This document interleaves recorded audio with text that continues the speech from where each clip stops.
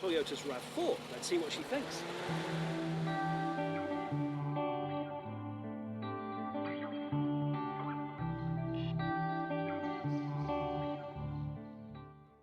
What do you reckon to this?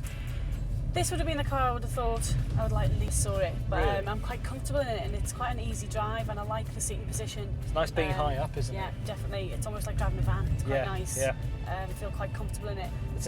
It is a nice comfortable ride, isn't it? Yeah, quite light. The only thing I would say is that initially the look of the car from the outside is not something I would usually go for, because I'm more of a sporty looking kind of girl.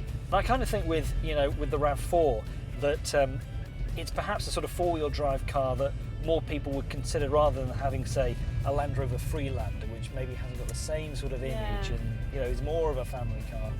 You might sort of see the Rav4 as being more in your sort of league and style. Definitely, if I was going to pick a four-wheel drive or an off-road or something of that nature, then I would probably go for something more a bit like this than the Land Rover. Than a Freelander, yeah. Yeah, definitely.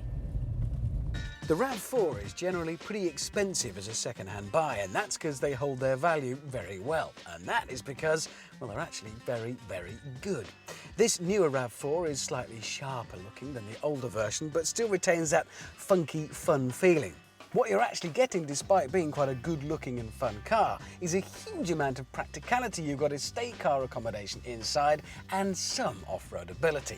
But just like most sports cars are never stretched to the limit, most off-roaders never tackle anything more arduous than the curb outside the wine bar or the school run. Being a Toyota, of course, it will be utterly reliable, so you'll never have to push it just as well, because it's pretty big.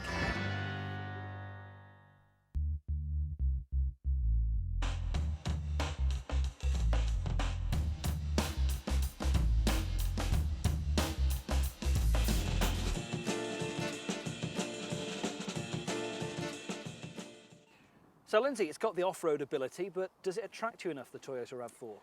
I don't think so. It's the right colour and it was comfortable, it was nice inside, but I just don't think it looks like the type of car I would choose. You want something a bit sportier? Yeah. Or something a bit different, maybe? Something a bit more different. It's quite normal, this car. What about the three-door versions of these, the short wheelbase? Would you consider one of those? Yeah, I'd definitely consider looking at it, definitely. But this really is a bit too big for what you want, I guess. Bit too family-ish for me, yeah. Okay, well, you'll make your final decision soon, and I we'll will. get to know that as well.